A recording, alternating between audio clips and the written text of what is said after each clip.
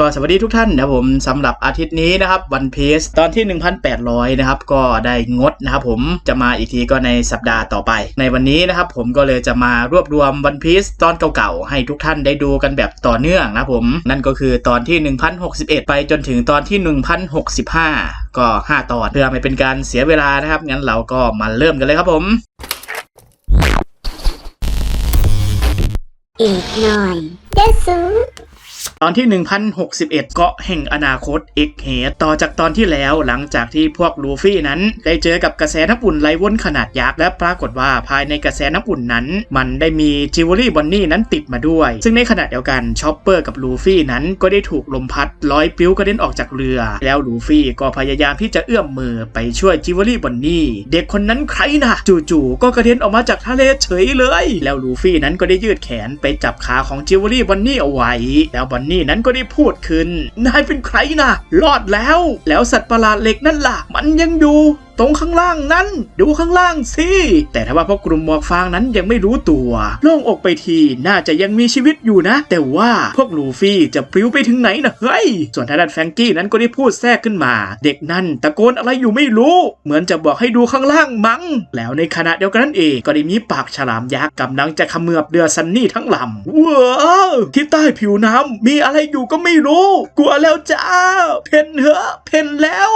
วทันใดนั้นเองฉลามยักษ์นั้นมันก็ได้งับเข้าใส่อย่างเต็มแรงแต่เรือซันนี่นั้นก็สามารถหลบออกมาได้ซึ่งเจ้าฉลามยักษ์ตัวนี้เป็นฉลามเหล็กทั้งตัวส่วนทางด้านโซโลนั้นก็ได้พูดขึ้นตัวอะไรเนี่ยฉลามเหรอตัวเบิ่มแถมยังเป็นเหล็กอีกส่วนทางด้านจินเบนั้นก็ได้พูดแทรกขึ้นมาจับไว้ให้แน่นๆล่ะเรือจะกระแทกผิวน้ำแล้วขณะเดียวกันพวกลูฟี่นั้นก็ได้พากันตกทะเลไปทั้ง3คนซึ่งเมื่อจินเบเห็นอย่างนั้นเขานั้นก็มีท่าทีตกใจไม่ได้การพวกลูฟี่ตกทะเลไปแล้วแบบนี้แย่แน่แฟรงกี้ฝากคุมหางเสือหน่อยช่วยวนเรือมารับพวกฉันทีซึ่งแฟรงกี้นั้นก็ตอบรับจัดให้ไว้ใจได้เลยแล้วทันใดนั้นเองแฟรงกี้นั้นก็ได้เปลี่ยนทิศทางเรือกระทันหันหน้าไปหาพวกลูฟี่จนทำให้ทุกคนบนเรือนั้นพากันตกใจว้า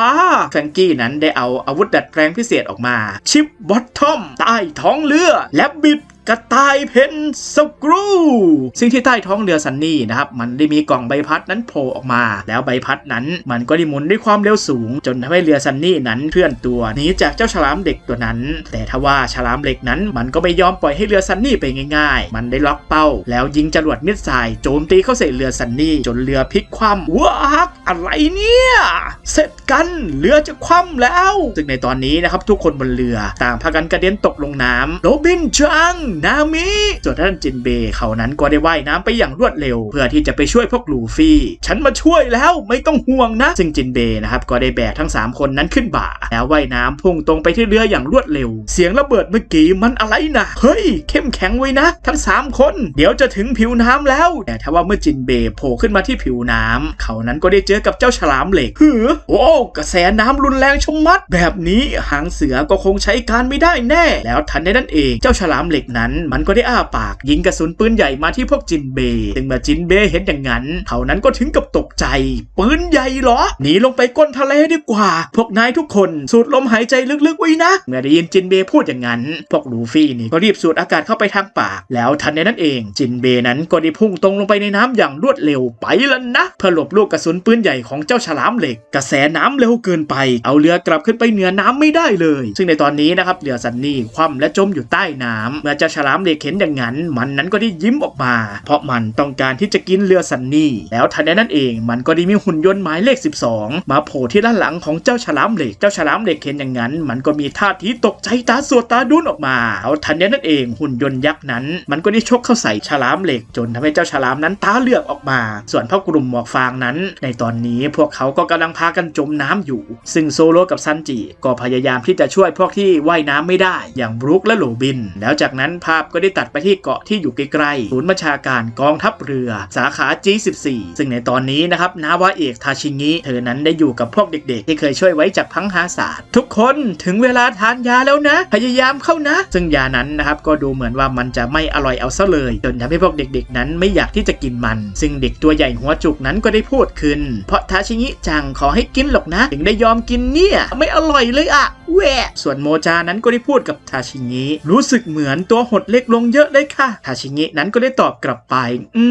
ทำเอาเกือบจะไม่ได้แน่โมจาแล้วผู้หญิงทหารเรือคนหนึ่งก็ได้พูดขึ้นทาชิงิคุยได้หน่อยได้ไหมเรื่องเจ้าเด็กเวรเฮลเมียโป้นั่นน่ะเธอช่วยหาทางทำอะไรสักหน่อยได้ปะซึ่งเธอคนนี้ก็คือพลเรือโทดอนผู้บัญชาการฐานทัพ G14 ศูนย์บัญชาการหลักกองทัพเรือแล้วทาชิงินั้นก็ได้พูดขึ้นเรื่องนั้นไม่ไหวหรอกค่ะเพื่อนรักเขาหายตัวไปแบบไม่รู้ชะตากรรมทั้งคนเลยนะคะฉันเองก็ยังสะเทือนใจเลยเพราะนาวาเอกโคบีก็เป็นรุ่นน้องของฉันด้วยแล้วจากนั้นนะครับภาพก็ได้ตัดมาที่เฮลเมียโปแห่งศูนย์บัญชาการหลักกองทัพเรือหน่วยซอสกับฮิบารินาวาโทแห่งศูนย์บัญชาการหลักกองทัพเรือหน่วยซอสซึ่งในตอนนี้นะครับเฮลเมียโปนั้นเขาได้ร้องไห้ออกมาขอร้องล่ะพวกนายเราเป็นเพื่อนร่วมอุดมการณ์กันไม่ใช่หรอส่วนฮิบารินั้นเธอก็ได้พูดขึ้นฉันเองก็ต้องขอร้องด้วยคนนะคะรุ่นพี่โคบีเขาช่วยดูแลฉันมาอย่างดีมาตลอดเลยนะคะได้โปรดไปเกาะโจรสลัดกับพวกเราเถอะค่ะองค์ชายส่วนเฮลเมโปนั้นก็พยายามที่จะขอร้องล่ะองค์ชายซึ่งพวกเฮลเมโปครับกำลังพยายามที่จะขอร้องปรินซ์กรูสพลเรือตรีแห่งศูนย์บัญชาการหลักกองทัพเรือหน่วยซอสซึ่งกรูสนั้นได้พูดกับพวกเฮลเมโปนั่นมันเกาะโจรสลัดนะเฮ้ยเกาะที่เป็นรังของ4จักรพรรดิหนวดดำนั่นเชียวนะถ้าเผลอไปแย่เข้าสักนิดบรรดาโจรสลัดสุดกระหายเลือดก็จะแห่กันออกมาเหมือนพึ่งแตกรังมันถึงได้ชื่อว่าฮาจิโนสึลังพึ่งไงล่ะส่วนทางด้านเฮลเมโปนั้นก็ยังพยายามที่จะพูดต่อที่นี่ก็อยู่ใกล้ๆกับเอ็กเฮดไม่ใช่หรอไปเอาเซราฟิมออกมาใช้เถอะกรูสนั้นก็เลยพูดสวนกลับไปพวกนายบ้าไปแล้วหรอสงบสติอารมณ์หน่อยสิฟ้าตอนนี้เรายังติดต่อเดรกไม่ได้เลยด้วยซ้ำให้ทำอะไรก็ทำไม่ได้หรอกช่วยเข้าใจที่เถอะนะแล้วภาพนั้นก็ได้ตัดไปที่พวกลูฟี่ซึ่งจินเบย์ได้ช่วยทั้ง3คนนั้นขึ้นฝั่งมาได้อย่างปลอดภัยลูฟี่ไม่รู้จักว่าจิวเวลรี่บันนี่นั้นเป็นใครเธอนั้นก็เลยบอกกับลูฟี่นี่นายไม่รู้จักฉันหรอฉันน่ะเป็นหนึ่งในโจรสลัดที่ได้ฉายารุ่นที่เลวร้ายที่สุดเหมือนกับนายเลยเชียวนะเมื่อ2 ปีก่อนฉันเองก็อยู่ที่ชาวบันดี้ด้วยซึ่งเมื่อได้ยินอย่างนั้นลูฟี่นั้นก็ได้ตอบกลับไปอ๋อเธอก็เลวร้ายสุดๆเหมือนกันเหรอซึ่งในตอนนี้นะครับจิวเวลรี่บันนี่นั้นเธอได้กลับคืนเป็นร่างผู้ใหญ่แล้วเธอนั้นก็ได้ถอดเสื้อออกเพื่อที่จะบิดน้ำนั้นออกจากเสื้อฉันชื่อบอนนี่แล้วก็เป็นศัตรูของนายด้วยจำใส่กะโหลกไว้ซักส่วนที่ช่วยฉันเมื่อกี้ก็ขอบใจนะแล้วลูฟี่นั้นก็ได้ตอบกลับไปเรื่องเล็กน้อยนะโบกี้ซึ่งลูฟี่นะครับได้เรียกชื่อบอนนี่นั้นเพี้ยนไปซึ่งลูฟี่นั้นก็พยายามที่จะสะบัดน้ำออกจากเสื้อเหมือนกับการหยอกเล่นกับชอปเปอร์ที่กำลังสะบัดน้ำออกจากขนนี่แน่เย็นเมื่อเห็นพฤติกรรมของลูฟี่นะครับบอนนี่เนี่ยก็ถึงกับเหงื่อตกหมอนี่เป็น4 จักรพรรดิแน่หรอเอารูปบนใบประกาศจับนั่นมันอะไรน่ะนึกว่านายผมขาวหมดหัวแล้วซะอีกหนังสือพิมพ์ก็เล่นข่าวซะใหญ่โตเลยเมื่อลูฟี่นะครับได้ยินบอนนี่นั้นพูดถึงเกียร์5ลูฟี่นี่ก็มีท่าทีขึงขังขึ้นมาอ๋อนั่นคือร่างตอนที่ฉันเป็นอิสระที่สุดนะแล้วบอนนี่นั้นก็ได้ถามต่ออะไรกันล่ะนั่นแล้วพวกพ้องคนอื่นของพวกนายจะเป็นยังไงกันบ้างเนี่ยลูฟี่นั้นก็เลยตอบกลับไปพวกนั้นเอาตัวรอดได้แล้วนะ แล้วบอนนี่นั้นก็ได้พูดต่อไม่นึกเลยแฮะว่าชายชาตรีแห่งท้องทะเลจินเบย์ตัวจริงเสียงจริงก็อยู่ด้วยแล้วจินเบย์นั้นก็ได้หันไปถามบอนนี่แล้วเธอล่ะเรือกับพวกพ้องหายไปไหนหมดซึ่งบอนนี่นะครับที่กำลังใส่เสื้อเธอนั้นก็ได้ตอบกลับไปฉันมาที่นี่คนเดียวเรือโดนเจ้าปีศาจเหล็กนั่นเขมือบไปแล้วจะว่าไปนี่ก็ชักจะหิวขึ้นมาแล้วสิพูดถึงว่าหิวนะครับลูฟี่เนี่ยก็หิวขึ้นมาอีกคนไปหาร้านข้าวกันเถอะฉันก็หิวเหมือนกันเนี่ยชอปเปอร์นั้นก็เลยพูดแทรกขึ้นมาลูฟี่นายมีเงินด้วยเหรอซึ่งมาเห็นพฤติกรรมที่ไม่รู้อิโนอิเนของพวกลูฟี่บอนนี่นั้นก็เลยมีท่าทีหงุดหงิดเฮ้ยพวกเจ้าซื่อบื้อเอ้ยเกาะนี้มันมีร้านอาหารที่ไหนกันเล่านี่มันเกาะของรัฐบาลนะเกาะที่ว่ากันว่าเป็นโลกอนาคตอีก500 ปีข้างหน้าและยังเป็นที่ตั้งศูนย์วิจัยของดร.เวก้าพังด้วยเมื่อพวกลูฟี่ได้ยินอย่างนั้นพวกเขานี่ต่างก็พากันตกใจเป็นอย่างมากเวก้าพังชื่อนั้นฉันรู้จักนะแล้วบันนี่นั้นก็ได้พูดต่อฉันมีธุระกับเจ้านั่นถึงได้มาที่นี่ยังไงล่ะแล้วจากนั้นนะครับภาพก็ได้ตัดกลับมาที่เรือซันนี่ซึ่งหุ่นยนต์ยักษ์หมายเลข12ได้ช่วยยกเรือซันนี่นั้นขึ้นมาจากน้ำแล้วแฟรงกี้เห็นอย่างนั้นเขานั้นก็มีแววตาเป็นประกายหุ่นส่วนท่านอุซบนั้นก็มีแววตาเป็นประกายเช่นกันหุ่นยนต์ยักษ์แล้วทันใดนั้นเองประตูห้อง องควบคุมหุ่นยนต์ยักษ์นั้นมันก็ได้เปิดออกแล้วปรากฏว่ามีสาวน้อยคนหนึ่งกำลังเดินออกมาไม่ไหวล้มเหลวอีกแล้วลึกทำไมถึงควบคุมความต้องการของสิ่งมีชีวิตไม่ได้สักทีนะซึ่งเมื่อซันจิเห็นเธอคนนั้นซันจิก็เลยพูดขึ้นมีใครโผล่ออกมาด้วยซึ่งสาวน้อยคนนี้นะครับเธอนั้นได้ใส่หมวกกันน็อกแล้วก็แว่นตาซึ่งเธอนั้นก็กำลังที่จะถอดมันออกพร้อมกับพูดขึ้นเหนื่อยใจชะมัดเลยเนาะส่วนทางด้านแฟรงกี้ก็ได้พูดกับผู้หญิงคนนั้นไม่รู้หรอกนะว่านายเป็นใครแต่ก็ขอบใจนะที่ช่วยพวกเราส่วนสาวน้อยคนนั้นก็ได้พูดต่อคำสั่งที่ฉันป้อนให้เจ้าเมกาชาร์กก็มีแค่สอดแนมรายงานแล้วก็โจมตีด้วยปืนใหญ่เท่านั้นเองขืนกินเหยื่อเข้าไปก็ไม่เหลือของมีค่าให้เก็บกันพอดีนี่เราโปรแกรมพลาดไปเองสินะซึ่งเมื่อสาวน้อยได้ถอดหมวกกันน็อกแล้วก็แว่นตาออกก็ได้เผยใบหน้าของเธอให้กลุ่มหมวกฟางนั้นได้เห็นว่าแต่ใครบอกเหรอว่าจะช่วยพวกเจ้าน่ะเจ้าพวกโจรสลัดฉันมันก็แค่นักวิทยาศาสตร์อัจฉริยะคนหนึ่งที่รัฐบาลเขาจ้างไว้ใช้งานก็เท่านั้นเองชื่อของฉันก็คือดร.เวกาพังไงล่ะซึ่งเมื่อพวกแฟรงกี้ได้ยินอย่างนั้นนะครับพวกเขานี่ต่างก็พากันตกใจตาสวดตาดุ้นออกมาตอนที่ 1062 การผจญภัยในอาณาจักรแห่งวิทยาศาสตร์หลังจากที่พวกกลุ่มหมวกฟางได้เจอกับสาวน้อยคนหนึ่งที่อ้างตัวว่าตัวเองนั้นคือเวกาพังก็เลยทำให้ทุกคนนั้นต่างก็พากันตกใจเป็นอย่างมากเวกาพังนี่หมายถึงเวกาพังคนนั้นน่ะเหรอซึ่งในตอนนี้นะครับพวกลูกเรือของลูฟี่นั้นพากันตกใจและตื่นเต้นเป็นอย่างมากสาวเวกาพังนั้นก็เลยพูดขึ้นเจียวเจ้าหนวกหูจริงเนาะส่วนท่านแฟรงกี้เนี่ยก็มีท่าทีดีใจเวกาพังฉันปลื้มนายสุดๆเลยนะฉันใช้ชีวิตอยู่ในห้องวิจัยที่บันจิมัวบ้านเกิดของนายตั้ง2 ปีแน่นี่ก็มีของที่อยากโชว์ให้นายดูเพียบเลยส่วนท่านอุซบนั้นก็ได้พูดขึ้นหุ่นยนต์ยักษ์ในฝันของเราใหญ่เบิ่มกว่าแฟรงกี้โชกุนตั้งไม่รู้กี่10 เท่าเลยหรอเนี่ยอยากให้ลูฟี่กับชอปเปอร์ได้เห็นจังเลยอะส่วนท่านซันจินั้นเมื่อเห็นสาวน้อยคนนี้ซันจินั้นก็เกิดอาการหลีหยิงขึ้นมาอีกครั้งสาวสวยเวกาพังเป็นสาวสวยซึ่งสาวน้อยคนนั้นนะครับก็งงกับคำพูดของพวกกลุ่มหมวกฟางส่วนท่านโรบินนั้นก็ได้พูดแทรกขึ้นมาเดี๋ยวก่อนฉันไม่เคยได้ยินเลยนะว่าเวกาพังเป็นผู้หญิงและถ้าเทียบกับช่วงเวลาที่เขามีผลงานออกมาหน้าตาเธอคนนี้ก็ดูเด็กเกินจะเป็นเวกาพังด้วยส่วนสาวน้อยคนนั้นก็ได้พูดสวนกลับมาของมันแน่อยู่แล้วถ้าคิดว่าฉันคือสเตลล่าร่างหลักแล้วก็ผิดถนัดเลยฉันคือพัง2เวกาพังลิลิทที่หมายถึงความชั่วร้ายต่างหากพวกเล้าหนามมีปัญหาเรื่องงบวิจัยที่ไม่พอใช้อยู่ตลอดเพราะงั้นจงส่งของมีค่ามาซะแล้วฉันจะได้หมดธุระกับโจรกระจอกอย่างพวกเจ้าสักทีส่วนท่านนามินั้นก็ได้พูดแทรกขึ้นมาพูดอะไรของเธอเนี่ยนี่เราอยู่กลางทะเลหนาวสุดขั้วเลยนะไหนๆก็อุตส่าห์ช้อนเรือขึ้นมาแล้วจะช่วยก็ช่วยให้มันตลอดรอดฟังหน่อยสิเมื่อได้ยินคำพูดของนามิลิลิทนั้นก็มีท่าทีหงุดหงิดก็บอกแล้วไงว่าไม่ได้จะช่วยปกติน่านน้ำเขตนี้ไม่มีเรือที่ไหนลุกล้ำเข้ามาได้หรอกนะเพราะทุกลำจะโดนเจ้าพวกนี้ลากลงไปนอนก้นทะเลกันหมดแล้วทันในนั้นเองพวกสัตว์ทะเลไซบอร์กก็ได้มาล้อมเรือซันนี่เอาไว้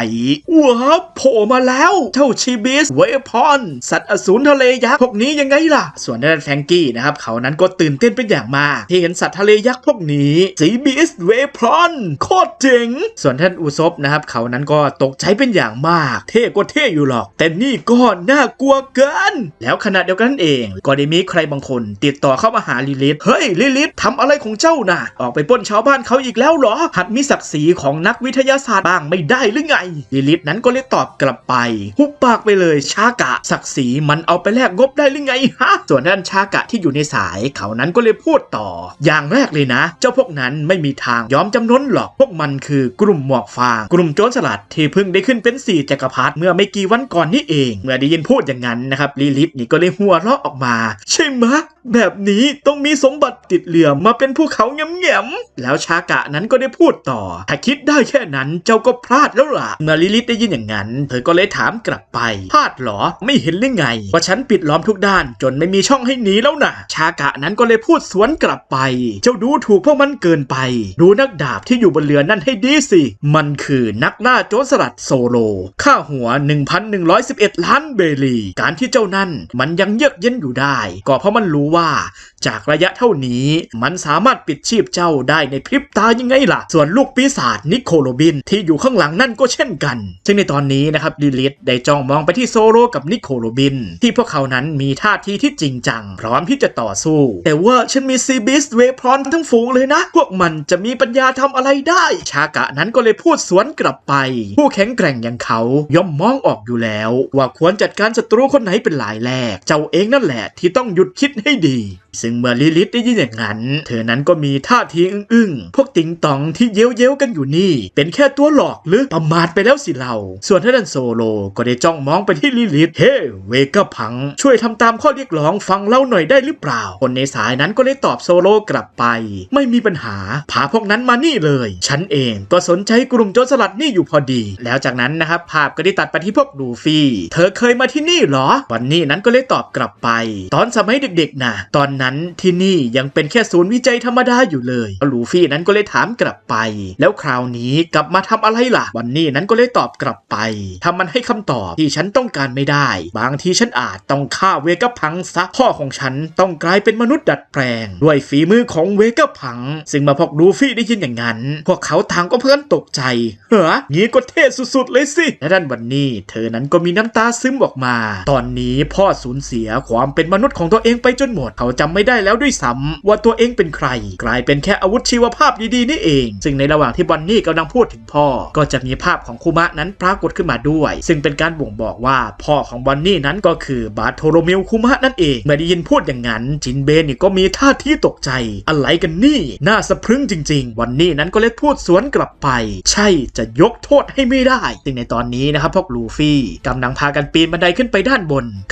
ขอโทษด้วยนะโบกี้เมื่อได้ยินลูฟี่เรียกชื่อผิดบอนนี่ก็พูดสวนกลับไปในทันทีบอนนี่อยากลูฟี่นั้นก็มีท่าทีลุกลี้ลุกลนอ๋อบอนนี่ขึ้นมาข้างบนนะครับพวกลูฟี่นี่ต่างก็พากันตื่นตาตื่นใจกับสิ่งที่เห็นอยู่ตรงหน้าซึ่งมันเป็นเมืองที่เต็มไปด้วยหุ่นยนต์คือชอปเปอร์นี่ก็ตื่นเต้นเป็นอย่างมากขึ้นมาบนดินแล้วลูฟี่นั้นก็ตื่นเต้นเช่นกันเยี่ยมไปหาของกินกันเลยว้าวส่วนทางด้านบอนนี่นะครับเธอนั้นก็พูดอยู่ภายในใจจะว่าไปเราเจอซาโบที่เมริจัวด้วยนี่นาเอาเถอะไว้ว่ากันที่หลังในตอนนี้นะครับพวกลูฟี่นี่ตื่นเต้นเป็นอย่างมากเพราะเห็นทั้งหุ่นยนต์ยักษ์แล้วก็สัตว์ประหลาดโอ้ที่นี่มันอะไรกันเนี่ยหุ่นยนต์ยักษ์มีอะไรบินไปมาเต็มเลยนั่นมันสัตว์ประหลาดต่างดาวนี่นะส่วนท่านจินเบนั้นก็ได้พูดขึ้นอะไรกันล่ะนี่ซึ่งลูฟี่นะครับก็มีท่าทีที่อยากจะไปเล่นพวกนั้นขอไปขี่ก่อนนะส่วนบันนี่นี่ก็มีท่าที่หงุดหงิดส่วนชอปเปอร์นั้นก็ได้บอกกับลูฟี่ระวังตัวด้วยนะลูฟี่แล้วทันในนั้นเองลูฟี่นั้นก็ได้ยืดแขนออกไปจะลวดยางยืดแล้วทันใดนั้นเองลูฟี่นะครับได้พุ่งตรงเข้าไปหาสัตว์ประหลาดต่างดาวแล้วก็ถูกมันงับเข้าไปซึ่งเมื่อพวกชอปเปอร์เห็นอย่างนั้นต่างก็พากันตกใจตาสวดตาดูดออกมาว้า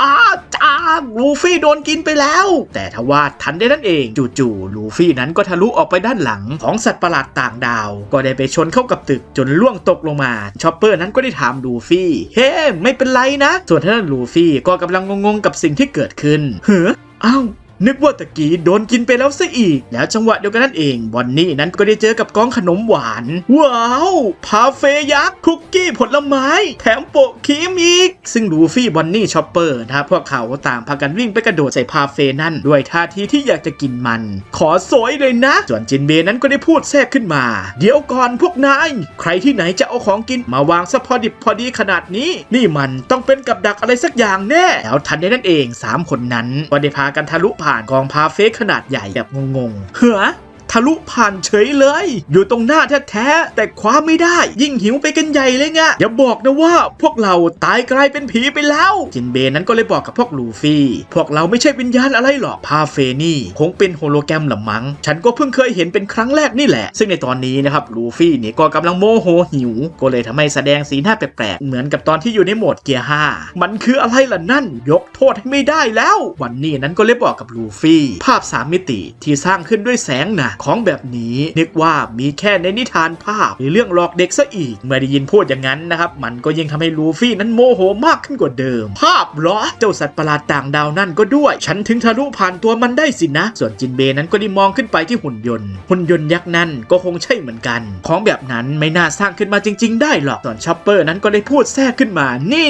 เครื่องนี้มันอะไรน่ะมีภาพอาหารกับปุ่มเต็มเลยซึ่งชอปเปอร์นะครับได้เจออะไรบางอย่างที่เหมือนกับตู้กดอาหารบอนนี่นั้นก็เลยบอกกับชอปเปอร์ช่างมันเถอะนายังไงเกาะนี้ก็มีแต่ของเก๋อยู่แล้วส่วนท่านจินเบนั้นก็ได้พูดขึ้นเพิ่งนึกขึ้นได้ทั้งที่ทะเลแถบนี้เป็นทะเลหนาวจัดแท้ๆแต่ที่นี่กลับแต่ทว่าจังหวะเดียวกันนั้นเองจู่ๆก็มีใครบางคนนั้นพูดขึ้นที่นี่คือดินแดนเขตร้อนไงล่ะถึงเกาะนี้จะเป็นเกาะฤดูหนาวก็เถอะโดยเครื่องปรับสภาพอากาศเกาะที่ฉันสร้างขึ้นให้สามารถควบคุมอุณหภูมิของทั้งเกาะจากพื้นดินได้ซึ่งเธอที่กำลังพูดคนนี้เป็นเหมือนกับหุ่นยนต์เด็กผู้หญิงขนาดยักษ์ส่วนท่านลูฟี่นะครับเมื่อเห็นเด็กผู้หญิงคนนี้ลูฟี่นั้นก็นึกว่าเป็นภาพโฮโลแกรมอีกแล้วเขานั้นก็เลยมีท่าทีหงุดหงิดเดินตรงเข้าไปตัวใหญ่พอๆกับไคโดเลยแฮะเธอเองก็เป็นโฮโลแกรมอะไรนั่นเหมือนกันสินะลูฟี่นั้นก็เลยชกเบาๆเข้าไป1 หมัดจนดำตุ๊กขึ้นมาซึ่งลูฟี่เองนั้นก็ตกใจแล้วทันใดนั้นเองลูฟี่นั้นก็ถูกเธอคนนี้ซัดจนลอยปลิวกระเด็นออกไปทำอะไรของแก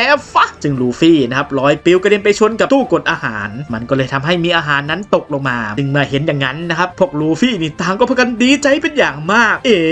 ส่วนท่านบันนี่นะครับเธอนั้นนี่แววตาเป็นประกายขึ้นมาในทันทีแฮมเบอร์เกอร์กับเครื่องดื่มออกมาเป็นชุดพร้อมมันฝรั่งด้วยใครเป็นคนทำเนี่ยจับต้องได้ด้วยซึ่งเมื่อพวกลูฟี่เห็นอย่างนั้นพวกเขานี่ต่างก็พากันดีใจเป็นอย่างมากของจริงงั้นเหรอพวกเขานั้นก็เลยพากันโซยเข้าไปอย่างอร่อ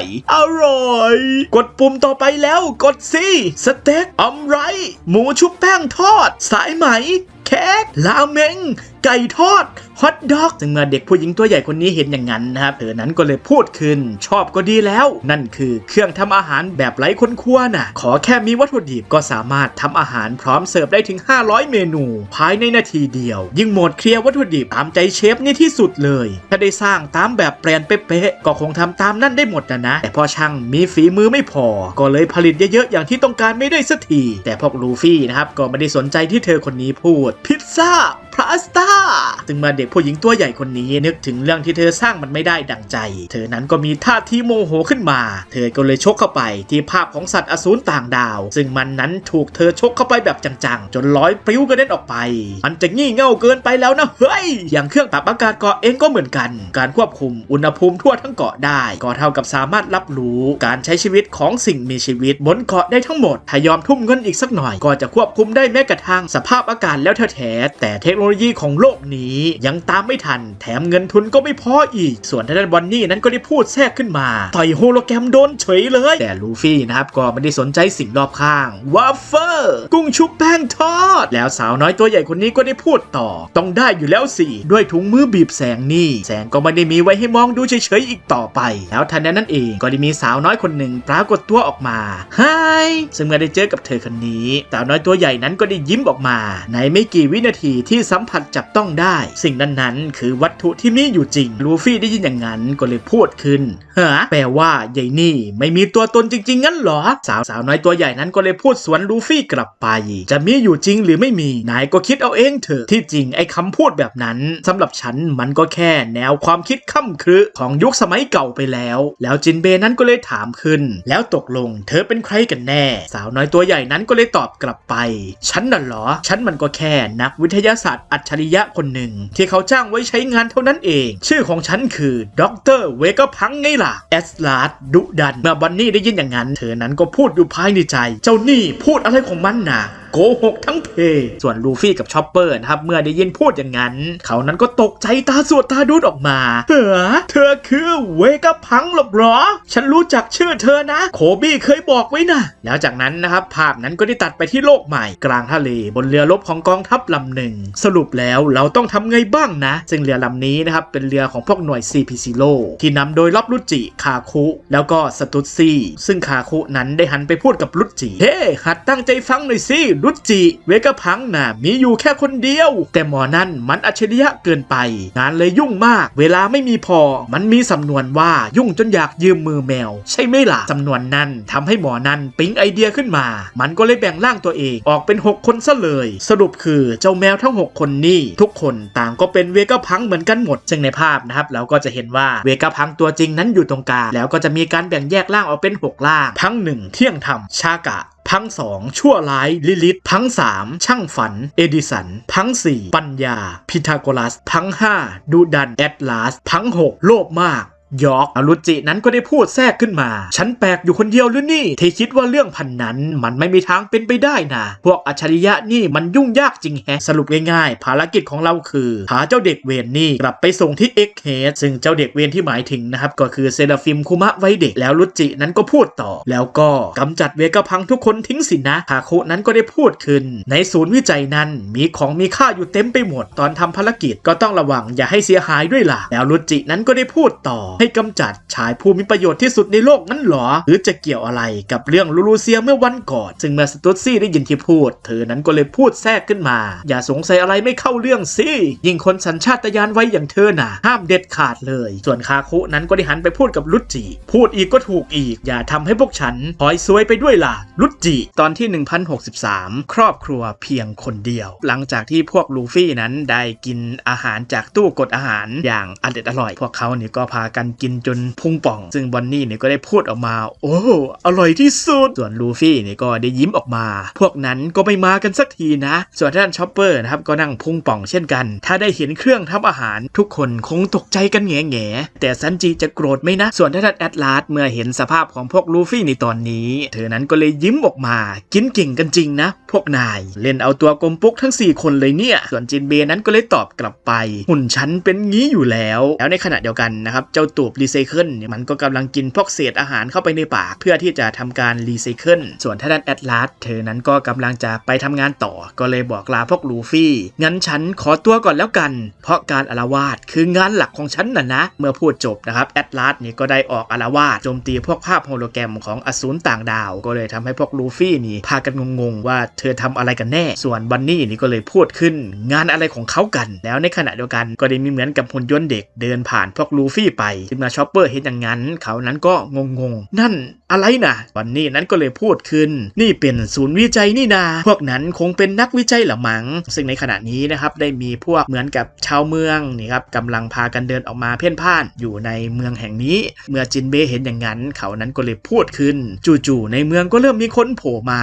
ที่ผ่านมาคงระแวงพวกเราเลยซ่อนตัวอยู่สินะส่วนท่านบันนี่นะครับเมื่อเห็นเสื้อผ้าที่พวกชาวเมืองนั้นใส่เธอนั้นก็เลยพูดขึ้นเป็นดินแดนเขตร้อนแท้ๆทำไมใส่ชุดหนากันจังแต่ทว่าในขณะเดียวกันนั่นเองจู่ๆมันก็ได้มีกลุ่มควันนั้นปกคลุมลูฟี่เอาไว้ว้าเฮ้ลูฟี่อันใดนั่นเองชุดของลูฟี่นั้นมันก็ได้ถูกเปลี่ยนออกโอ้ชุดเบาหวิวเลยเย็นสบายดีด้วยซึ่งเมื่อคนอื่นเห็นอย่างนั้นพวกเขานั้นก็เลยพูดขึ้นหาไปได้ชุดนั้นมาจากไหนน่ะลูฟี่ก็เลยชี้ไปยังเครื่องที่เหมือนกับแคปซูลอันหนึ่งจากนี่ไงซึ่งเมื่อบอนนี่เห็นอย่างนั้นนะครับเธอนั้นก็มีท่าทีดีใจมีข้าวแล้วยังมีเสื้อผ้าให้ด้วยเหรอเนี่ยที่จริงชุดนี้ก็เปียกน้ำทะเลจนเหนียวตัวอยู่พอดีเลยแล้วบอนนี่นั้นเธอก็ได้เดินไปอยู่ที่หน้าเครื่องเพื่อที่จะทำการเลือกชุดที่เธอนั้นต้องการแบบที่ชอบหรอชุดต่อสู้แล้วทันทีที่บอนนี่นั้นกดปุ่มลงไปมันก็เลยมีกลุ่มควันนั้นปกคลุมบอนนี่เอาไว้ว้าฉันถอดเองได้นะ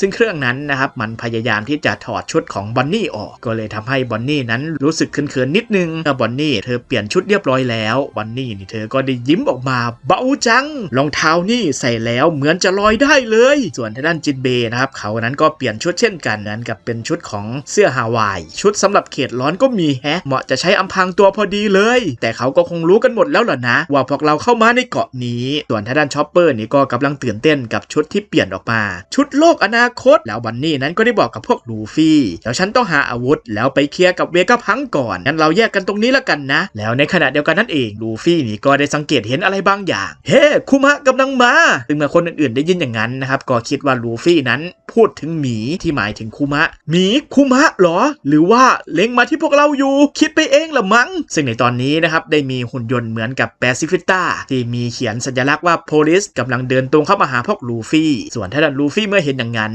เขาก็เลยพูดขึ้นหนีก่อนเถอะเดี๋ยวมันจะออกวิ่งแล้วซึ่งเมื่อพูดจบคุมะนั้นมันก็ได้รีบวิ่งตรงเข้ามาหาพวกลูฟี่ในทันทีแล้วจังหวะเดียวกันนั่นเองตำรวจคุมะนั้นมันก็ได้อ้าปากเตรียมที่จะยิงเลเซอร์นั้นใส่พวกลูฟี่จึงมาเห็นอย่างนั้นพวกลูฟี่นั้นต่างก็พากันตกใจ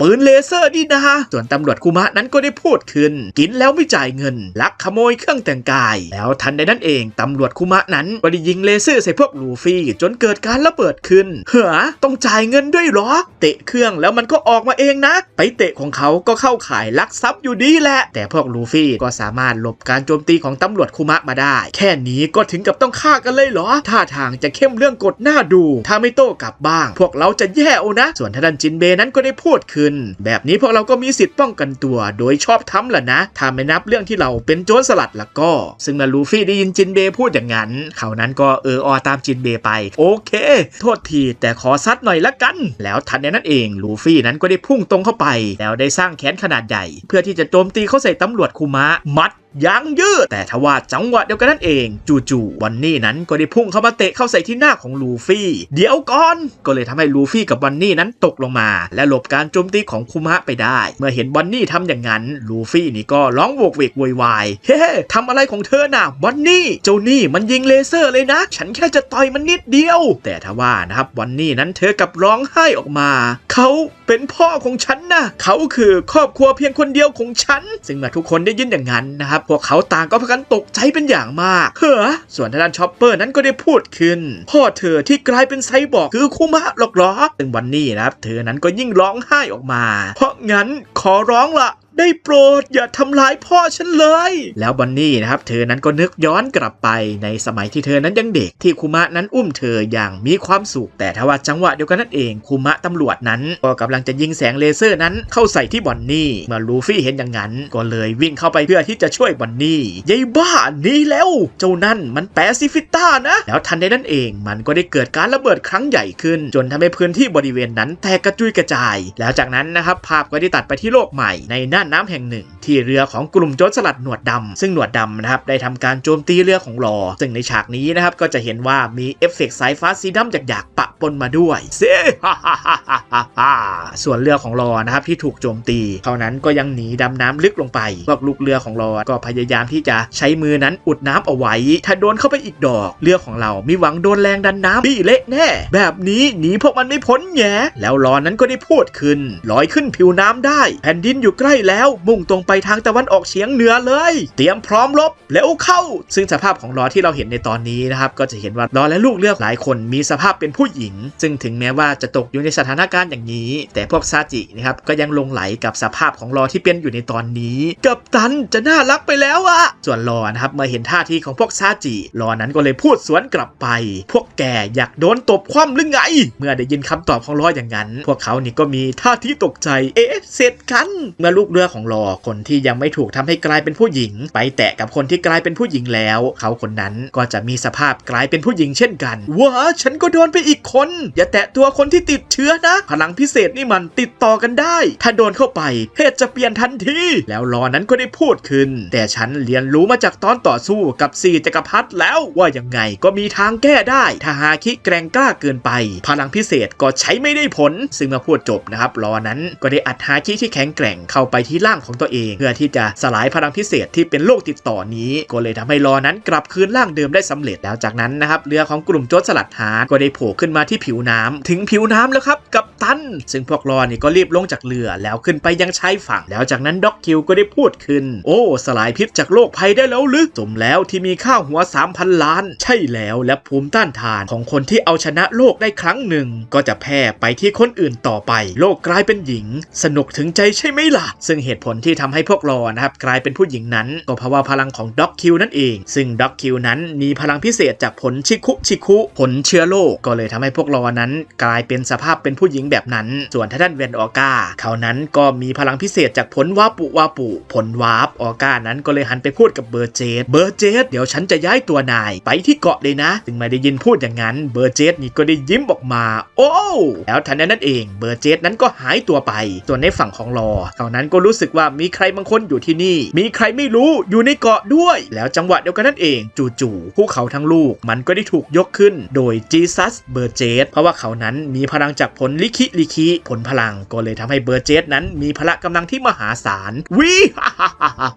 ไอพลังของผลลิคินี่มันสุดยอดเป็นบ้าเลยเว้ยซึ่งมาลูกเรือของรอเห็นอย่างนั้นพวกเขาต่างก็พากันตกใจเป็นอย่างมากเบอร์เจสยกภูเขาขึ้นมาทั้งลูกเลยว่าแต่มันขึ้นฝั่งไปดักเรามาตั้งแต่เมื่อไหร่กันเนี่ยส่วนท่านรอนะครับเมื่อตกอยู่ในสถานการณ์อย่างนี้เขานั้นก็เลยพูดขึ้นแรงมหาศาลแพร่เชื้อแล้วยังมีการเคลื่อนย้ายในพริบตาอีกเพราะการไล่ล่าผลปีศาจเจ้าพวกนี้ถึงมีพลังโหดติดตัวกันทุกคนมิน่าล่ะข้าวหัวถึงได้ขึ้นเอา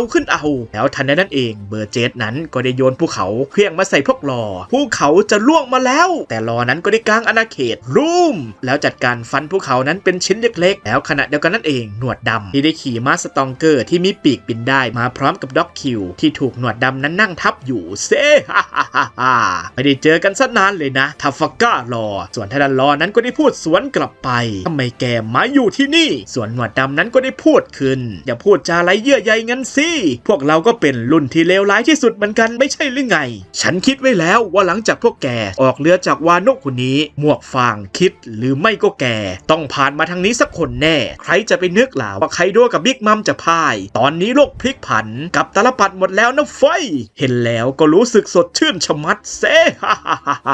ส่วนท่านด็อกคิวนั้นก็พยายามที่จะพูดกับหนวดดำผู้บัญชาการสตองเกอร์มันบอกว่าหนักนะฉันก็ด้วยเพราะว่าพวกเขานะครับถูกหนวดดำนั้นนั่งทับอยู่ซึ่งสตองเกอร์นะครับก็เป็นผู้ที่กินผลปีศาจเข้าไปเหมือนกันนั่นก็คือผลอุมะผลม้าสายพันธุ์สัตว์มายาโมเดลเพกาซัสแล้วหนวดดำก็ได้หันไปพูดกับรอไคโดก็ต้องมีมันอยู่แล้วสินะพวกแกรวบรวมมาได้กี่ก้อนแล้วล่ะรถโพเนกิฟนะทั้งหมดนั้นฉันขอเลยแล้วกันซึ่งเมื่อได้ยินพูดอย่างนั้นรอนั้นก็ได้ยิ้มออกมาเงื่อนไขฉันก็เหมือนกันเลยว่ะใครชนะก็ได้ทุกอย่างไปเลยตอนที่ 1064 โซนวิจัยแห่ง X-Head ต่อจากตอนที่แล้วหลังจากที่หนวดดำนั้นได้เผชิญหน้ากับทาฟาก้าดิวอเตอร์ลอเพื่อที่จะชิงโลสโพนิเกียฟซึ่งหนวดดำนั้นก็ตั้งท่าเตรียมที่จะโจมตีเข้าใส่ลอเซ่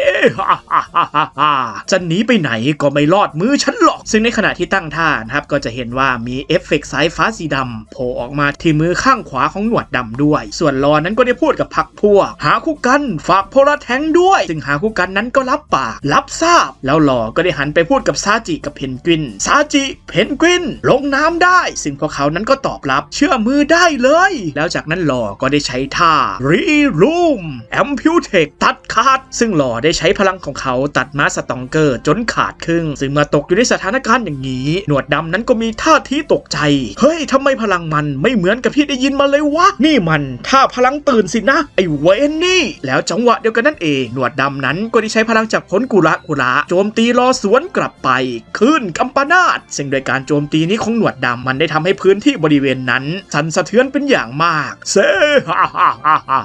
ด้วยแรงสั่นสะเทือนมันได้ทำให้ลูกน้องของรอนั้นต่างพากันตกใจนี่สินะพลังขึ้นกระแทกของมนุษย์แผ่นดินไหวส่วนด็อกคิวนั้นก็ได้พูดขึ้นบ้าจริงสตองเกอร์ตายแล้วเหรอซึ่งเมื่อสตองเกอร์ได้ยินอย่างนั้นนะครับก็เลยส่งเสียงออกมาฮีเมื่อได้ยินอย่างนั้นด็อกคิวนั้นก็เลยพูดขึ้นอ้าวยังลึกหมอนั่นมันคนดีนี่หว่าแล้วทันใดนั้นเองด็อกคิวก็ได้โยนตะกร้าแอปเปิลใส่พวกกลุ่มโจรสลัดฮาร์ดเอาไปกินซะซึ่งมาเห็นอย่างนั้นพวกกลุ่มโจรสลัดฮาร์ดพวกเขานั้นต่างก็พากันรีบวิ่งหนีนั่นมันระเบิดแอปเปิลเพนแล้วส่วนทางด้านพวกซาจิที่อยู่ในน้ำพวกเขานั้นก็ได้อมน้ำไว้ในปากแล้วพ่นโจมตีใส่แอปเปิลของด็อกคิวก็เลยทำให้ไม่ถูกลูกน้องของกลุ่มโจรสลัดฮาร์ดและเกิดการระเบิดขึ้นซึ่งเมื่อด็อกคิวเห็นอย่างนั้นเขานั้นก็มีท่าทีตกใจเฮ้อส่วนทางด้านซาจินั้นก็ได้ ยิ้มออกมาอย่าดูถูกคนที่โตมาในเมืองท่าหนาวสุดขั้วของนอร์ทบูนะไฟในกลางทะเลพวกแกไม่ใช่คู่ต่อกรของเราหรอกนาจมเรือมันกันรอดส่วนท่านเบโปก็ดูเหมือนว่าเขานั้นจะสัมผัสอะไรได้บางอย่างก็เลยพูดขึ้นซองบาสผลซุ่มยิงที่3 นาฬิกาปกป้องกับตันแล้วซึ่งซองบาสนั้นก็ตอบรับได้เลยแล้วทันใดนั้นเองซองบาสก็ได้เอาร่างกายของเขานั้นมาปกป้องรอจากทางด้านหลังจากการถูกปืนของแวนออก้านั้นยิงเข้ามาส่วนท่านแวนออก้าเมื่อเขาเห็นว่าซองบาสนั้นไม่เป็นอะไรเลยจากการถูกปืนยิงเขานั้นก็ได้พูดขึ้นโอ้โอกาดแข็งใช้ได้แฮะขณะเดียวกันนั่นเองลอนั้นก็ได้ใช้ท่าครูมช็อกวินเล่ขึ้นปะทะแหลกใช้ดาบนั้นเสียบเข้าใส่ร่างของหนวดดำจนทะลุแล้วปล่อยขึ้นกระแทกที่รุนแรงโจมตีเข้าใส่หนวดดำจนทำให้หนวดดำนั้นก็อักเลือดออกมาซึ่งหนวดดำนั้นก็ตกใจเป็นอย่างมากอะไรวะเนี่ยส่วนท่านแวนออก้าก็จ้องมองไปที่หนวดดำให้ตายสิเพราะเอาแต่พุ่งชนไม่คิดหน้าคิดหลังนี่แหละถึงได้เป็นอย่างนี้วาร์ปซึ่งมาพูดจบนะครับแวนออก้านั้นก็ได้วาร์ปหายตัวขึ้นไปหาหนวดดำกลับไปที่เรือก่อนไหมครับผู้บัญชาการแต่หนวดดำนั้นพูดสวนกลับไปอย่ามาพูดบ้าๆลุยแล้วก็ต้องเดินหน้าลูกเดียวไว้แซ่ แล้วหนวดดำก็ได้ลงมาเผชิญหน้ากับล้ออีกครั้งเมื่อลูกน้องของล้อเห็นอย่างนั้นพวกเขานั้นก็มีท่าทีตกใจหนวดดำมาแล้วส่วนล้อนั้นก็ตั้งท่าเตรียมที่จะรับมือขุนพลกลุ่มแกเป็นผู้มีพลังพิเศษหมดเลยหรือแปลว่าทะเลคือจุดอ่อนของพวกแกทุกคนสินะได้ยินพูดอย่างนั้นหนวดดำนั้นก็ได้ยิ้มออกมาพลังที่ได้มามันคุ้มค่าเกินจุดอ่อนไปหลายขุมนั่นคือความสุดยอดของผลปีศาจไงเล่าแล้วในขณะเดียวกันนั่นเองพวกซาจิก็ได้โจมตีเข้าใส่เรือของหนวดดำว้าวศัตรูโจมตีจากใต้ทะเลเจ้าพวกนี้คิดจะจมเรือเราไม่เห็นจะรู้มาก่อนเลยว่าพวกมันสู้ใต้ทะเลเก่งขนาดนี้แล้วจากนั้นภาพก็ได้ตัดไปที่ผู้คุมหน้าห้องขังภายในเรือของกลุ่มหนวดดำโดนศัตรูโจมตีเรือเลยโครงหน่อยแต่เดี๋ยวก็คงจบแล้วล่ะเพราะไม่มีใครแข็งแกร่งเกินกว่าท่านผู้บัญชาการของเราอยู่แล้วซึ่งภายในห้องขังนั้นนะครับก็จะเห็นว่ามีพุดดิ้งนั้นถูกจับขังเอาไว้อยู่ถ้ามาม้ายังมีชีวิตอยู่พวกแกจะปากกล้าได้อีกไม่นานนักหรอกไม่ได้ยินอย่างนั้นพวกผู้คุมต่างก็พากันหัวเราะออกมากัก ไอคนที่เรากำลังสู้อยู่นี่แหละที่เป็นตัวการฆ่าบิ๊กมัมไปกับมือถ้าตำนานเก่ายังเชิดหน้าชูคออยู่ได้ยุคสมัยมันก็ไม่เดินไปข้างหน้าหรอกเว้ยแล้วภาพก็ได้ตัดไปที่การต่อสู้ของล้อกับหนวดดำอีกครั้งซึ่งหนวดดำได้ใช้พลังจากผลความมืดสกัดการโจมตีของล้อเอาไว้หวังวนความมืดในขณะเดียวกันนะครับที่ศูนย์บัญชาการหลักกองทัพเรือซากาซึกิอาคาอิโนะก็ได้รับรายงานการต่อสู้ของล้อกับหนวดดำที่เกาะวินเนอร์ในโลกใหม่4จักรพรรดิหนวดดำกับทัฟฟาก้าล้อเข้าปะทะกันแล้วครับซึ่งไม่ได้รับรายงานอาคาอินุนั้นก็มีท่าทีหงุดหงิดต้องรอลุ้นผลอีกแล้วเหรอไอตำแหน่งจอมพลเรือนี่มันน่าหงุดหงิดเหลือเกินนะแล้วจากนั้นภาพก็ได้ตัดไปที่เกาะแห่งอนาคตเอ็กเฮดหลังจากที่ตำรวจคูมะยิงล้ำแสงเลเซอร์โจมตีเข้าใส่พวกลูฟี่ก็ดูเหมือนว่าตอนนี้เขานั้นจะสงบนิ่งลงแล้วเจ้าแปซิฟิกต้านั่นจู่ๆก็หยุดเฉยเลยที่เป็นอย่างนั้นนะครับก็เพราะว่าบอนนี่นั้นได้ใช้พลังจากผลปีศาจของเธอเพิ่มอายุให้กับลูฟี่เป็น70 ปีส่วนชอปเปอร์ก็เพิ่มให้มีอายุมากขึ้นส่วนจินเบ้กับบอนนี่ก็ลดอายุไขลงให้เหมือนกับเด็กแล้วลูฟี่ก็ได้หันไปพูดกับบอนนี่ว่าแต่บอนนี่ถ้าจะเปลี่ยนอายุเพื่อปลอมตัวมันก็มีช่วงอายุที่โอเคกว่านี้ไม่ใช่หรอลูฟี่นะครับก็มีท่าที่เหนื่อยหอบเหมือนกับคนแก่แล้วก็ที่จริงฉันก็เข้าใจความรู้สึกเธออยู่หรอกนะแต่เจ้านั่นมันไม่ใช่คุมะตัวจริงซะหน่อยถ้าไม่ยอมให้ฉันชัดหน้ามันบ้างเดี๋ยวพวกเราจะแย่ส่วนชอปเปอร์นั้นก็ได้หันไปพูดกับลูฟี่เดี๋ยวเหอะลูฟี่โทษทีนะบอนนี่แต่พวกเราโดนแปซิฟิกต้าเล่นงานจนเจ็บมาเยอะนะแล้วก็ช่วยเปลี่ยนฉันกลับเป็นร่างเดิมทีเหอะส่วนจินเบนั้นก็ได้พูดแทรกขึ้นมาก็น่าเห็นใจอยู่นะยังไงเจ้านั่นก็เป็นตัวโคลนร่างของจริงที่เคยเป็นมนุษย์มาก่อนเพราะงั้นจะมองว่าเป็นครอบครัวก็ไม่ผิดหรอกอย่าถือโทษโกรธกันเลยนะบอนนี่ข้อมูลของคุมะเท่าที่ฉันรู้คือเขาเป็นอดีตราชาผู้ชั่วร้ายแห่งอาณาจักรซอเบที่โดนประชาชนขับไล่จนต้องออกจากประเทศไปเป็นโจรสลัดแถมยังมีตำแหน่งในกองทัพปฏิวัติด้วยหลังจากนั้นก็โดนกองทัพเรือจับกลุ่มตัวและโดนโทษจำคุกตลอดชีวิตแต่เวกพังถูกใจพลังกล้ามเนื้อและพลังพิเศษที่แฝงอยู่ในตัวของคุมะมากก็เลยยื่นข้อเสนอให้เขาเข้าร่วมโครงการดัดแปลงร่างกายและวิจัยร่างโคลนโดยแลกกับการได้กลับไปสู่ท้องทะเลในฐานะ7 เทพโจรสลัดฉันพูดถูกไหมล่ะซึ่งในขณะเดียวกันนะครับบอนนี่ก็ได้หยิบอาวุธขึ้นมาชิ้นหนึ่งแล้วก็ได้พูดขึ้นเรื่อง7 เทพโจรสลัดกับโครงการวิจัยทหารโคลนนี่ยังพอเข้าใจได้อยู่แต่การยอมถูกดัดแปลงเป็นไซบอร์กมันคือโทษประหารดีๆนี่เองถ้ารู้แต่แรกว่าจะกลายเป็นแบบนั้นใครล่ะจะไปยอม เข้าร่วมซึ่งเมื่อได้ยินพูดอย่างนั้นนะครับจินเบนั้นก็เลยพูดขึ้น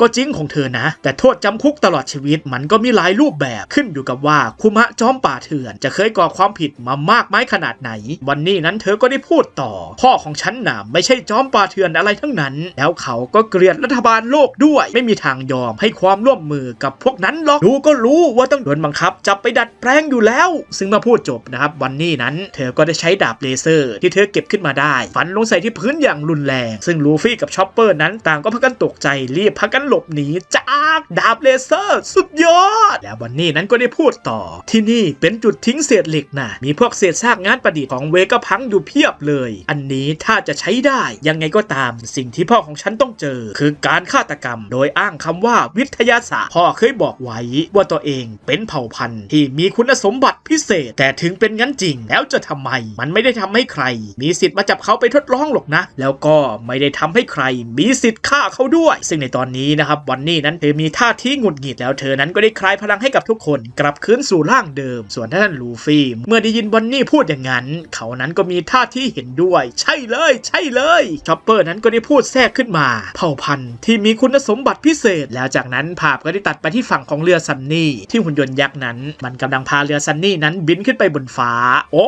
บินได้ด้วยหุ่นยนต์บินบนฟ้าได้ด้วยส่วนลิลิตนั้นก็ได้พูดขึ้นหุ่นเวก้าพอส01ตัวนี้ใช้ไอพ่นบนหลังเป็นพลังขับเคลื่อนและลอยอยู่กลางอากาศได้ด้วยอุปกรณ์ต้านแรงโน้มถ่วงซึ่งเมื่อพวกกลุ่มหมวกฟางได้ยินอย่างนั้นพวกเขาก็มีท่าทีตกใจต้านแรงโน้มถ่วงเหรอแล้วลิลิตนั้นก็ได้พูดต่อตอนนี้ยังใช้ได้แค่ในห้วงอวกาศของเกาะนี้ก็จริงแต่สักวันจะทำให้ใช้ได้ทั่วโลกเลยซึ่งเมื่อลอยขึ้นมาบนฟ้าพวกอุซบนั้นก็สังเกตเห็นเมืองที่อยู่ด้านล่างเฮ้มีสัตว์ประหลาดยักษ์อยู่ด้วยเนี่ยเมืองอะไรเนี่ยยังกับโลกอนาคตเลยแล้วลิลิตนั้นก็ได้ยิ้มออกมาถูกต้องแล้วที่นี่คือเกาะที่สรรสร้างอนาคตไงล่ะนี่แหละเกาะแห่งอนาคตเอ็กเฮดที่อยู่บนเมฆนั่นคือแลบเฟสโซนวิจัยส่วนด้านล่างคือฟาบิโอเฟสโซนโรงงานพวกคนงานกับนักวิจัยอาศัยอยู่แถวนั้นได้ข่าวว่ากัปตันของพวกเจ้ากำลังก่อเรื่องวุ่นวายที่ข้างล่างอยู่เลยนะซึ่งไม่ได้ยินพูดอย่างนั้นนะครับพวกกลุ่มหมอกฟางนี่ก็ถอนหายใจออกมา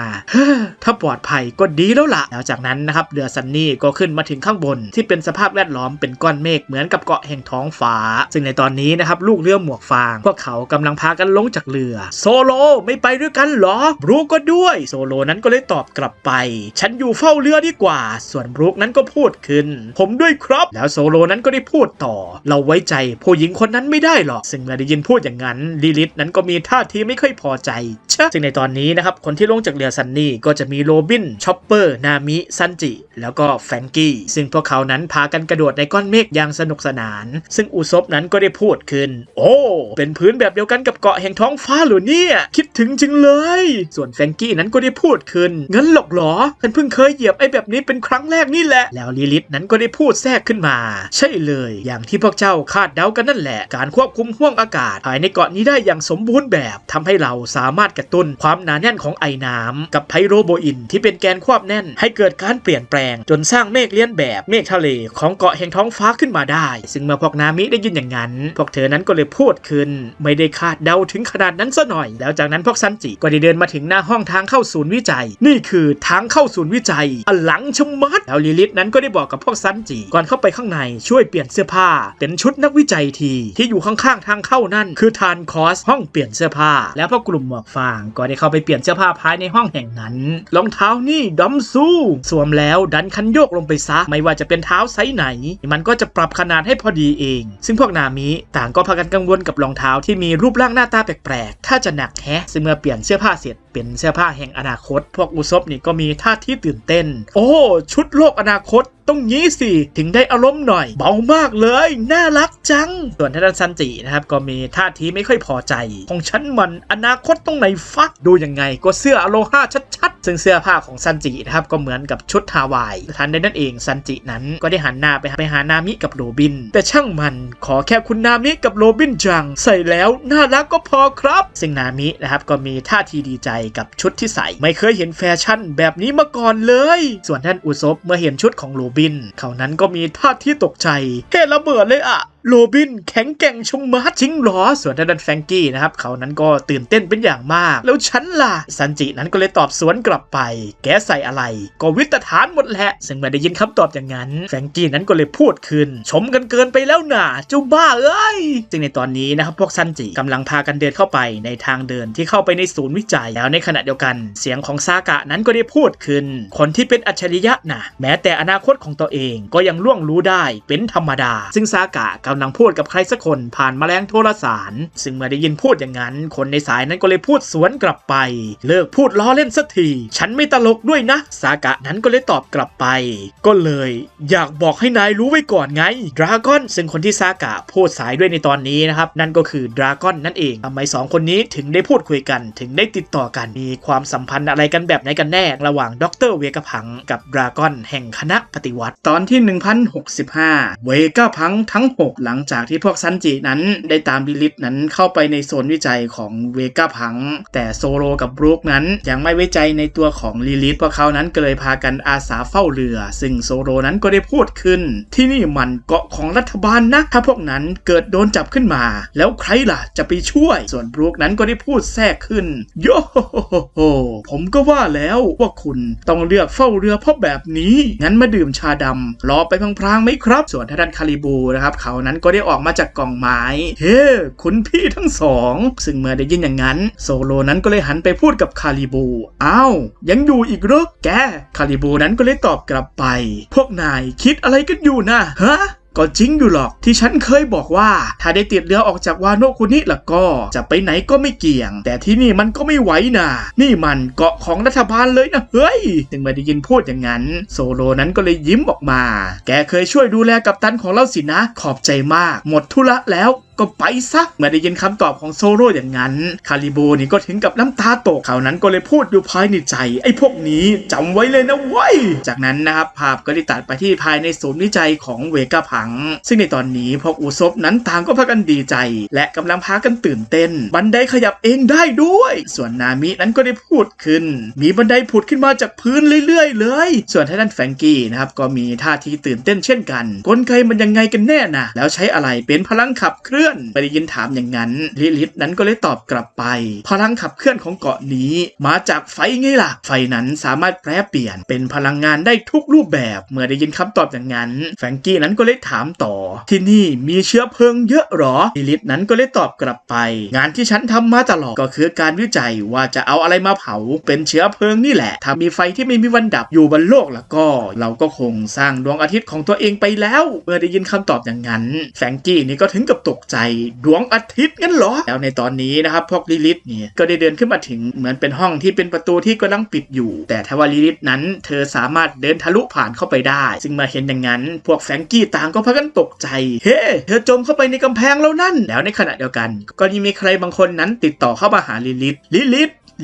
ส่วนท่านพวกซันจิที่อยู่ข้างนอกพวกเขาต่างก็กำลังพากันสงสัยว่าจะเข้าไปข้างในได้ยังไงเฮ้เปิดในเด้ลิลิธจังส่วนลิลิธนั้นก็ได้บอกกับพวกซันจิมัวทำอะไรอยู่น่ะเดินทะลุเข้ามาเลยอย่าให้ประสาทตาหลอกพวกเจ้าได้สิซึ่งคนที่ติดต่อเข้ามาหาลิลิธนะครับผมนั่นก็คือเอดิสันหนึ่งในเวกาพังอีก1คนลิลิธนั้นก็เลยตอบกลับไปมีอะไรลึกเอดิสันขณะเดียวกันนะครับซันจินี่ก็ได้โผล่ออกมาเพียงแค่หัวเพื่อเป็นการทดสอบว่าเขานั้นจะทะลุกำแพงได้เหมือนกับลิลิธหรือเปล่า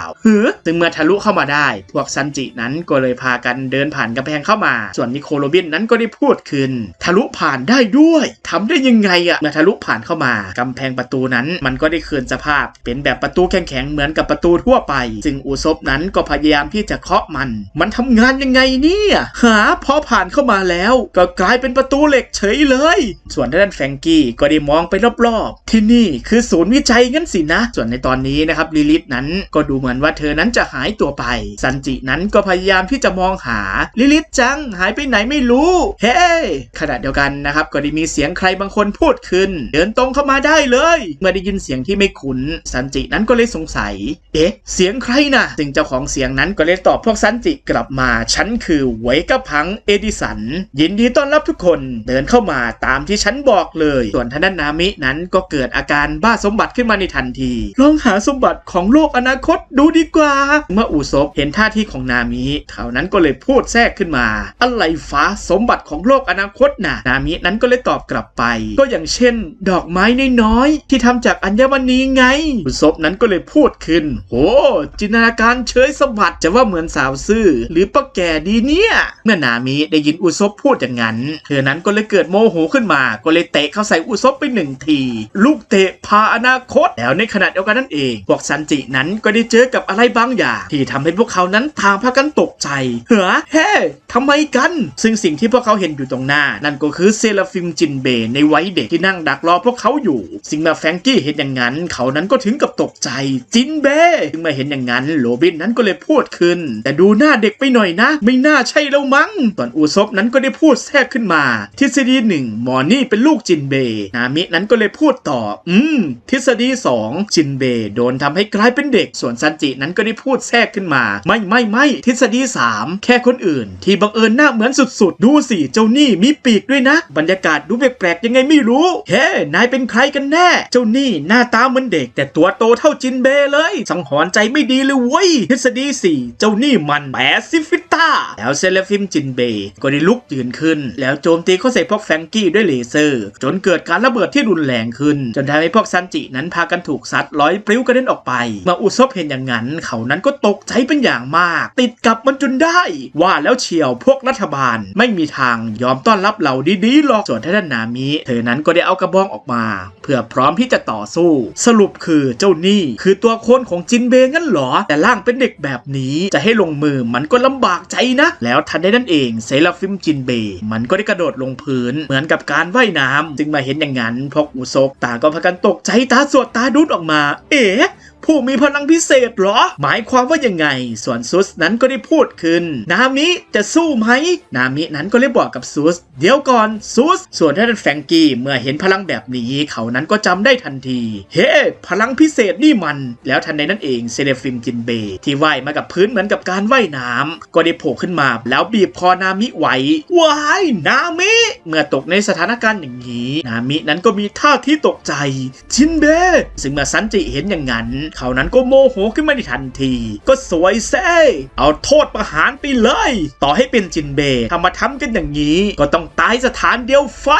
ซึ่งซันจินะครับได้เข้ามาเตะเสยไปคางเข้าใส่เซราฟิมจินเบจนลอยปลิวกระเด็นออกไปส่วนท่านนิโคลโรบินก็ได้ใช้ท่าฮิกันเตเฟอร์คนยักษ์พริบ้านซึ่งในตอนนี้นะครับโรบินเธอนั้นก็มีท่าทีโมโหเช่นกันถูกต้องตามนั้นที่นายทำเมื่อกี้ฉันจะไม่ยกโทษให้เด็ดขาดแล้วโรบินก็ได้โจมตีเข้าใส่เซราฟิมด้วยท่าซีเซอร์เพนสแปงปล่อยมือขนาดใหญ่จำนวนมากโจมตีเข้าใส่เซราฟิมจินเบแต่ถ้าว่าเซราฟิมนั้นมันก็ได้ลอยมากับผืนเพื่อหลบการโจมตีของโรบินแล้วขึ้นมาโผล่ต่อหน้าของโรบินอย่างรวดเร็วเมื่ออุซบเห็นอย่างนั้นเขานั้นก็ตั้งท่าเตรียมที่จะโจมตีหนีไปโรบินใช้คาราเต้มนุษย์เงือกได้ด้วยเหรอถ้าไม่ตายกระสุนดาวเขียวย่าระเบิดหัวกะโหลกซึ่งเซราฟิมนั้นถูกท่าโจมตีของอุซบเข้าไปแบบจังๆถึงจะรู้ว่าไม่ใช่จินเบแต่ให้สู้แบบนี้มันก็ไม่สะดวกใจเลยแฮะ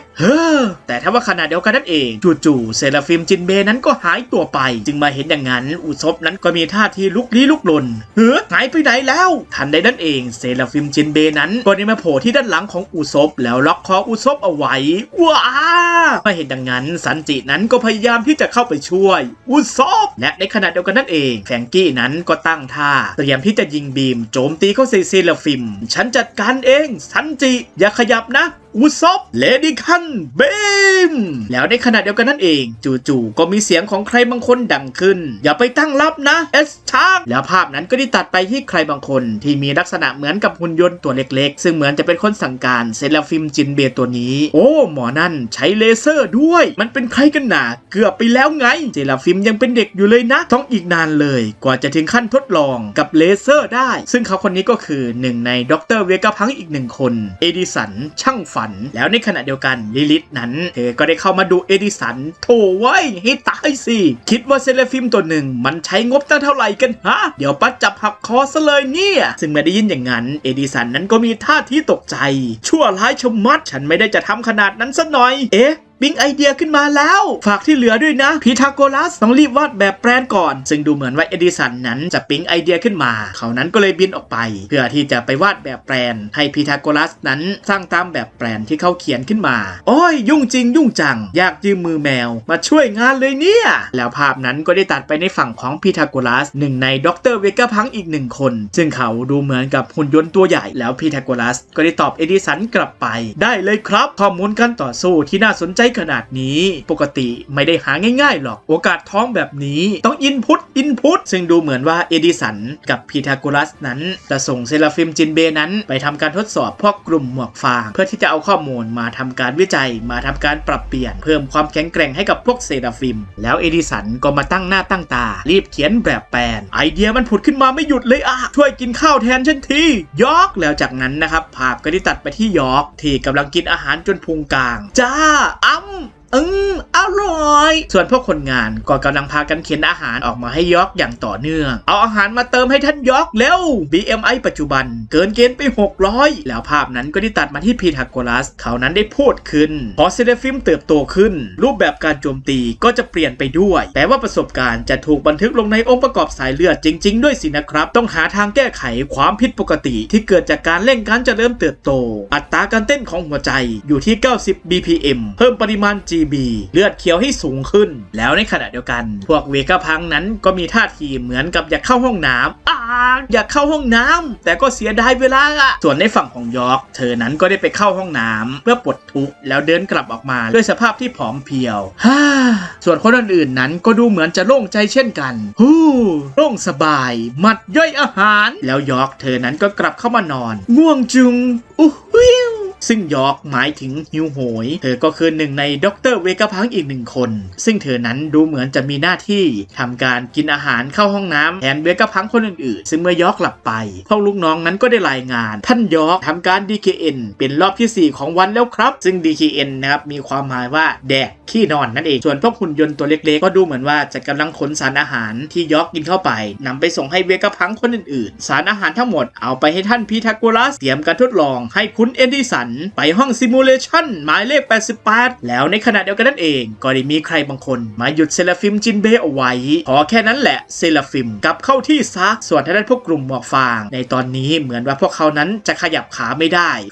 ขยับตัวไม่ได้ส่วนท่านชายคนนั้นเขานั้นก็ได้พูดต่อเอดิสันลิลิสเพทาโกรัสเท่านี้พอใจหรือยังล่ะเมื่อได้ยินอย่างนั้นพีทาโกรัสนั้นก็เลยพูดขึ้นโธ่เสียดายจังส่วนลิลิสนั้นก็มีท่าทีโมโหเจ้าบ้านั่นอะไรของมันวะกำลังเข้าได้เข้าเข็มแท้ๆส่วนเอดิสันนั้นก็ได้พูดขึ้นปิ๊งไอเดียอีกแล้วจากนั้นชายคนนี้ก็ได้แนะนำตัวให้กับพวกซันจินั้นได้รู้ฉันคือด็อกเตอร์เวก้าพังซากะพวกเธอคือกลุ่มหมวกฟางสินะซึ่งซากะนะครับมีความหมายว่าเที่ยงธรรมแล้วจากนั้นซันจิก็ได้หันมาพูดกับซากะด้วยท่าทีที่กำลังโมโหก็สิแล้วรองเท้านี่มันอะไรฟ้าจู่ๆก็ยกจากพื้นไม่ได้เฉยเลยซากะนั้นก็ได้ตอบกลับไป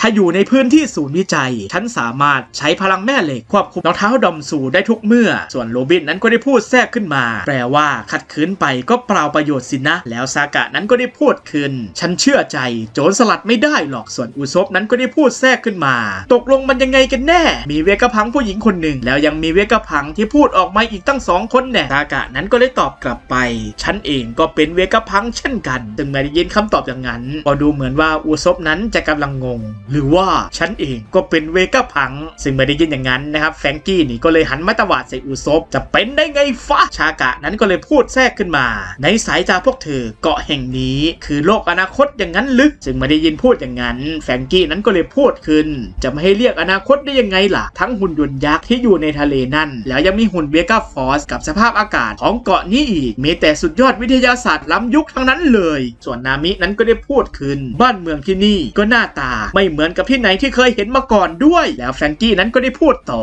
ฉันอยากดูให้ทั่วเลยว่าวิทยาการแต่ละอย่างที่นายใช้มันเจ๋งขนาดไหนขอฉันทั่วเกาะนี้หน่อยเถอะแล้วอย่าตั้งแง่ว่าเราเป็นศัตรูกันเลยนะเวก้าจังแล้วชากะนั้นก็ได้พูดขึ้นที่นี่คืออดีตต่างหากจึงเมื่อได้ยินอย่างนั้นแฟรงกี้นั้นก็ถึงกับตกใจแล้วจากนั้นภาพก็ได้ตัดไปในฝั่งของพวกลูฟี่ซึ่งดูเหมือนว่าพวกเขานั้นจะกำลังเห็นอะไรบางอย่างอยู่ตรงหน้าดูสิชอปเปอร์จูนี่ไม่ใช่โฮโลโฮ โลอะไรนั่นซะหน่อยนี่มันเหล็กของจริงชัดๆจับต้องได้ด้วยซึ่งชอปเปอร์นะครับก็กำลังตกใจกับสิ่งที่เห็นอยู่ตรงหน้าโอ้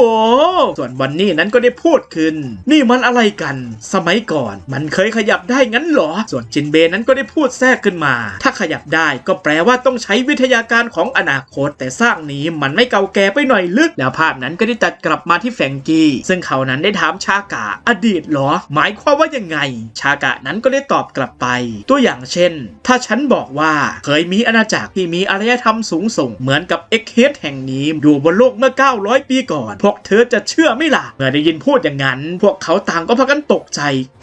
900 ปีก่อนซึ่งสิ่งที่พวกลูฟี่เจออยู่ตรงหน้านั่นก็คือซากของหุ่นยนต์ขนาดยักษ์แล้วจากนั้นลูฟี่ก็ได้วิ่งขึ้นไปบนซากของหุ่นยนต์ยักษ์นั้นอยากขี่จังไปขี่เถอะเป็นยังไงบ้างครับผมสำหรับการรวบรวมวันพีซของเราในวันนี้นะครับผมอาจจะถูกใจหรือไม่ถูกใจยังไงก็ต้องขอบคุณทุกท่านนะครับที่เข้ามาดูคลิปของเรายังไงก็ฝากกดไลค์กดแชร์กดติดตามเพื่อเป็นกำลังใจให้กับช่องของเราด้วยนะครับผมสวัสดีครับ